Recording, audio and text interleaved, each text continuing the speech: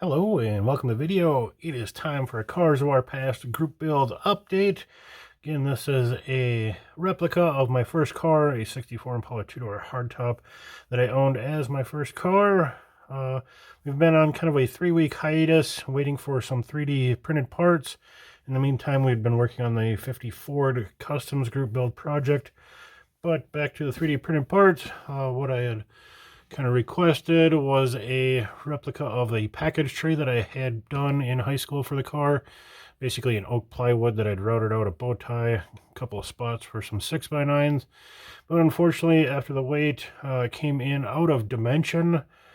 So hopefully I can get a new one processed in a short time frame. I only have a couple weeks left as far as the time frame that I had set for my group build of August 31st. So fingers crossed on that. But getting back to some of the interior that we have done, we've got the door panels all trimmed out with their chrome. We'll have to hit the knobs with some black. We got some black wash in the vents, a little panel liner in the door gaps to kind of bring those out. And that's looking really nice. And here's the same but different, looking good. The seats, the front seat, haven't done much, just kind of chrome the buttons, and I think I will just either foil or Molotow these right before I glue them in. But the back seat is looking good. Again, did the chrome little buttons, but we have that speaker grill in there, and that is looking really good with the decal in the center, looking spot on for the build. More on the interior, we got the dash coming together, did some chrome there, and we have our instrument panel in there. Really nice decal that comes with the kits. There is a lens that goes over that I have to put in yet, but I need to get this all together so that I can continue on the steering wheel, get that glued in before I probably just Molotow out that horn ring and all that. But we added the blinker stock and shifter. We will sand those up, get those in the shape, add some black for the handles, but I think that'll look pretty good in there. Once that's all together, then we'll have to get the tack mounted in proper location. And last on the interior, we did embossing powder for carpet and then just airbrushed a mixed up color over the top of it to kind of give us a close representation. May add a little gloss there to that vinyl pad to give a little texture difference.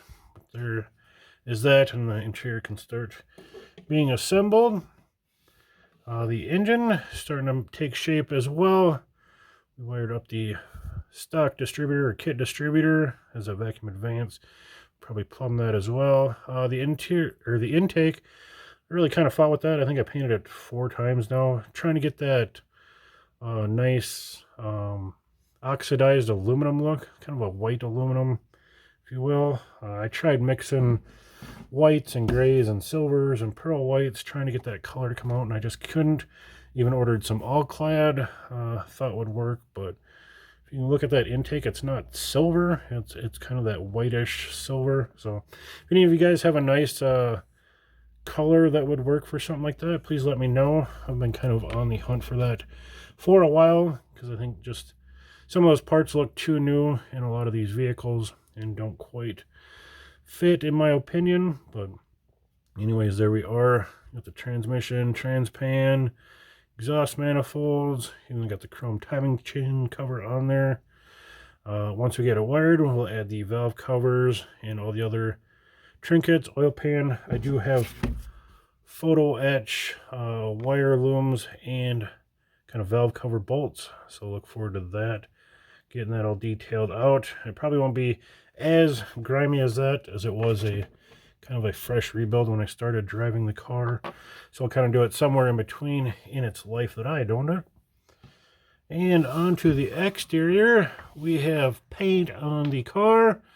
This isn't straight root beer, it is the Tester's Extreme Lacquer root beer, and then mixed with some Tamiya, just gloss black. Obviously decanted both, mixed them together to create a darker brown, which the car was. It could almost look black under like rain or low light conditions. I think this is a much better representation of the color than the straight root beer. Again, like I said, I just decanted it and airbrushed it, and it came out pretty good, nice and smooth. Being that this was a kind of a rough or not a pretty car, thought about doing a how-to video showing the spray on that, but we'll wait till we get a nice pretty project to do that. And just another practice session for myself, but really happy with the way it turned out. Again, we'll get the trim all foiled up, all the chrome done up, give it a little polish, and then we'll add those rust touches and that side trim. Others, I'm really happy with the color. It's a pretty good representation of the car. We do have a good blob of Elmer's glue under the paint there. Hopefully we can use it as a chipping fluid or agent to create that kind of burn mark in the hood that we're after. You can kind of see that warpage in the hood and where that burn's going to show up. And then just the deck lid came out nice and flat and smooth. Again, just decanted it. Used a leveling thinner and airbrushed it. I used a 0.3 when doing my airbrushing. So, like I said, when we get to another project where I decant some, I will do a how-to on that for the guys that want to see that. But with that, we'll call it an update, and thanks for watching.